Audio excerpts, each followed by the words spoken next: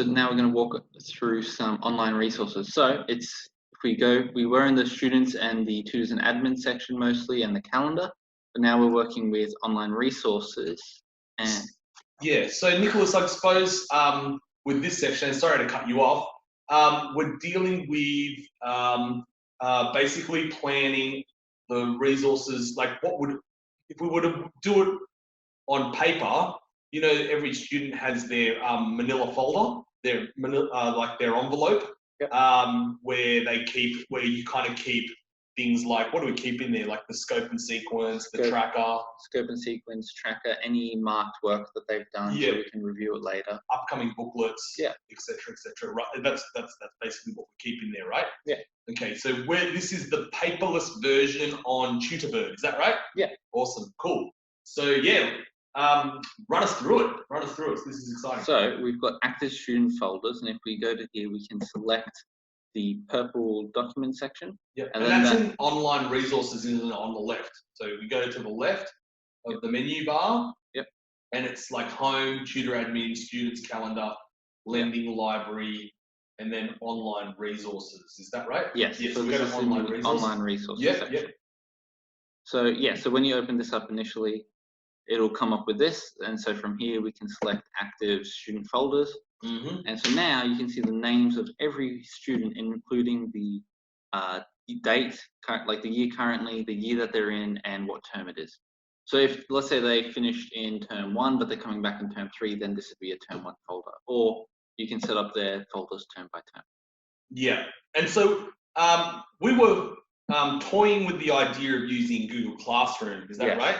Whereas now we're actually moving more towards using Tutorbird as the repository. Yeah. If I said the right word, I think Tony Abbott got himself in trouble by saying something different. Yeah, so the repository or the place where we keep all the booklets, is that right? Yeah. Yeah, cool. Yep. And so that way it's all in the one place. And so from here. Yep. Where do we go from here? Let's say I go to Drew's. Okay, so Drew is one of your students? Yeah. So currently there's nothing in his, but I could put his scope and sequence, his any marked booklets he sent me. I'm sure that at this stage you're getting a lot of emails or photos from your students saying, this is my homework from this week or that week. This way you can have it all in the one place, and you don't have to go scrolling through emails or downloaded documents to try and find all of that. Yeah. And awesome. that way, other tutors can access them as well. So if you've just recently finished a topic with the tutor, you can say, oh, look through their homework and see which questions they have to go through beforehand. Okay, cool. So where can we find booklets? And let's upload a booklet into Drew's file. Yeah, so if I go back to Drew's, back to Drew's. So from here, I can go upload a file. Yep. And if I upload any old file, I can select the description, say scope and sequence. Yep. And individual access. So here, different students will be able, so when we give the students their Tutorbird links, they'll be able to access these as well. Yep. So if they want to see what homework they've done, or let's say you want to assign them homework, I can go down to Drew, and I can give him access to this file.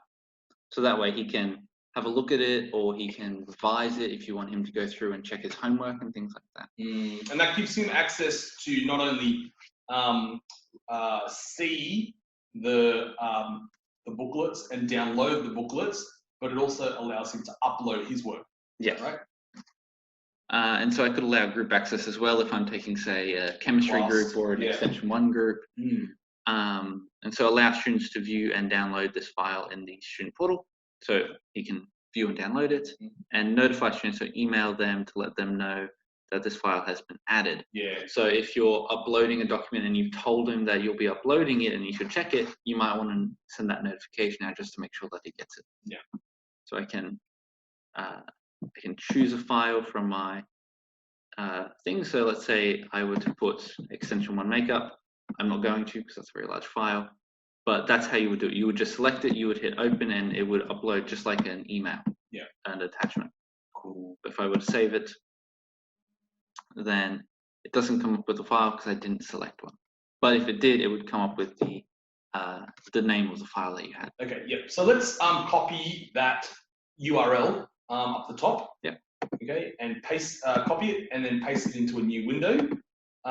Because I guess the next thing that we're going to do is we're going to actually upload a actual booklet that Dhruv might need for next term. So what's something that he's working on that we might want to upload into his folder? Yeah. So if I go to here and hit upload, he may need, and I'll just go to download.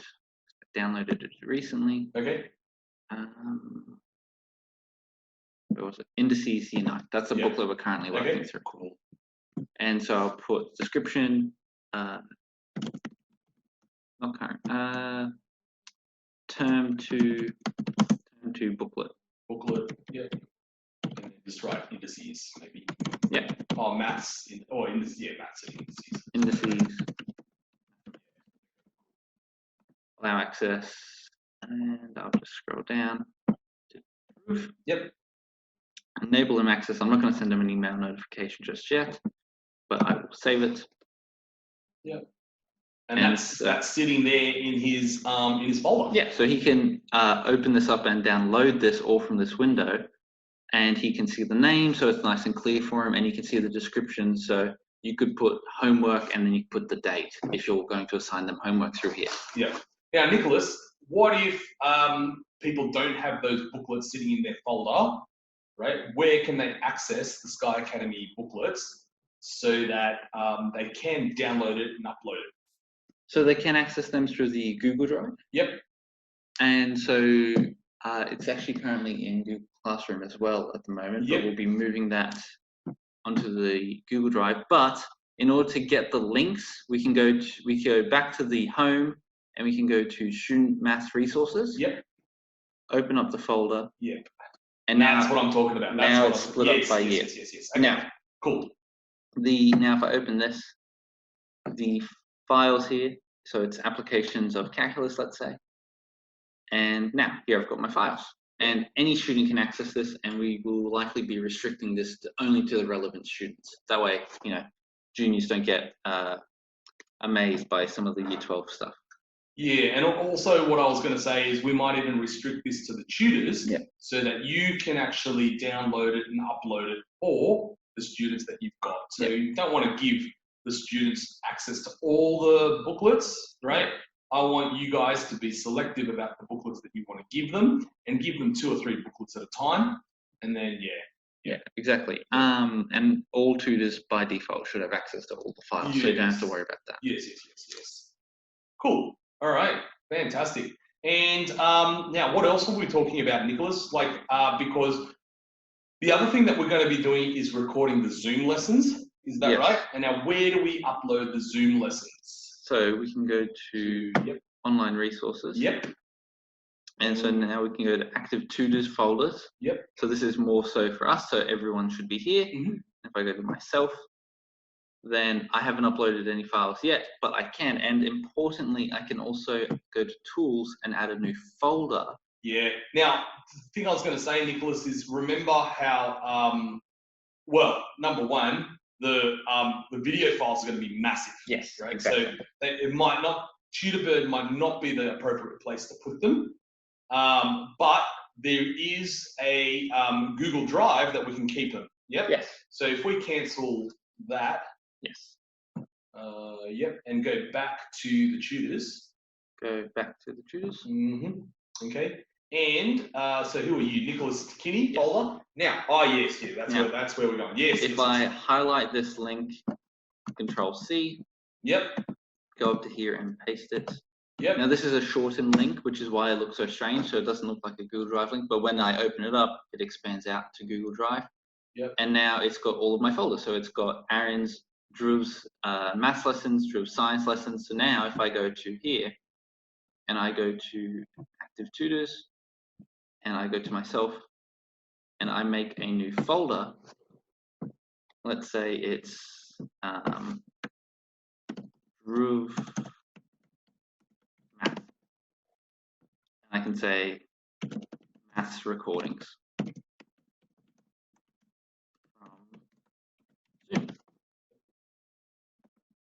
And so I can open this up, and now I can make another folder similar to what we saw on active students here, where here we've linked the Google Drive. Here we can link individual folders. So if I were to go back to mine, I can change this description to add the shortened link, or I can open it up and link individual videos within the Google Drive. Yeah, so let's do that now. So let's go to the Google Drive. Yeah. And then go to Drew Malik. Yep. Yep. And then maybe also just right click. Right click. Add folder. Yep. Where is it? Right click. New folder. I don't actually have access to. Oh, actually, go left to new. You know the plus button. Yeah, go new. Yeah, I don't think I have access. Oh, okay, no worries. So what we might do is just grab the URL up the top. Yep. Select all. Copy. Yep. And then we'll paste that into. Where is it? So I can go to his description. Yep. So here I can edit this. Yep. I can just put on the end, Control-V. Okay. And now if you want to edit it, you can just highlight it and copy it.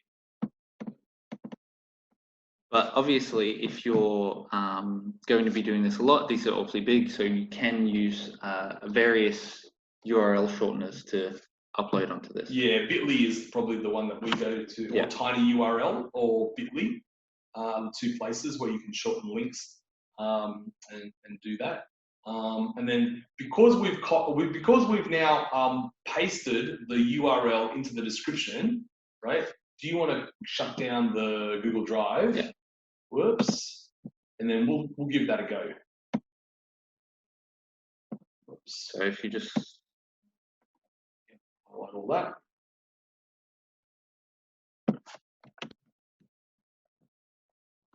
paste that in. And that will take you to Drew's bingo. bingo. Automatically opens up. Yep. And then you can upload a video. So you just go to just go to new. Yeah. So I can actually just go straight to files. Oh, okay. So I can go to this is one of Drew's lessons. Yep.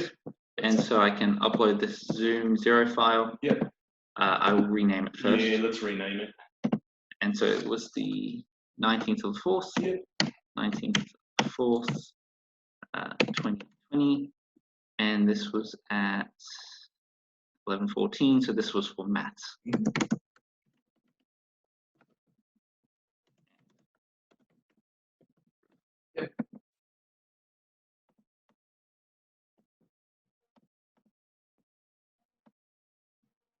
So I upload that. Yep. And it should be uploading.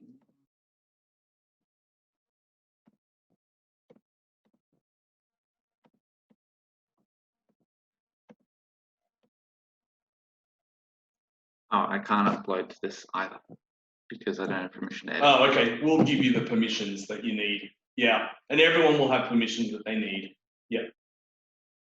Yeah. But yeah, that's what you would do. You would upload, and if you are in that situation, which is good that you highlighted this, Nicholas, that you don't have the permissions to upload your videos into the folders, then what would you do? You just message me. Yeah. Message me or message Hannah, and then yeah, we take it from there. Yeah. Yeah. And so that's how you would get it for individual students, and that way you can access it all straight from Tutorbird, even though we're using Google Drive. We don't actually have to think about using it consciously. We just copy and paste the link, which is in Tutorbird.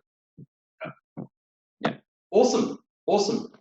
Anything else, Nicholas, that we need to kind of talk about? Or we can also use a lending library. Yeah, there we go. So we can, so from things within the online resources, if you only want students to have access to them for a little while, let's say it's the answers to a booklet and you want them to use it and then do a separate booklet related to those answers, we can lend those out to them by selecting the files. So we can upload a new file similar to what we were doing earlier, and then we can give different students access.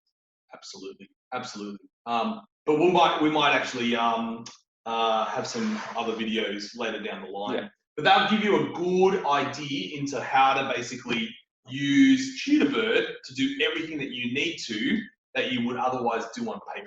Yeah. Yeah. Awesome. Thanks, Nicholas. Let's leave it there. Yep. And yeah.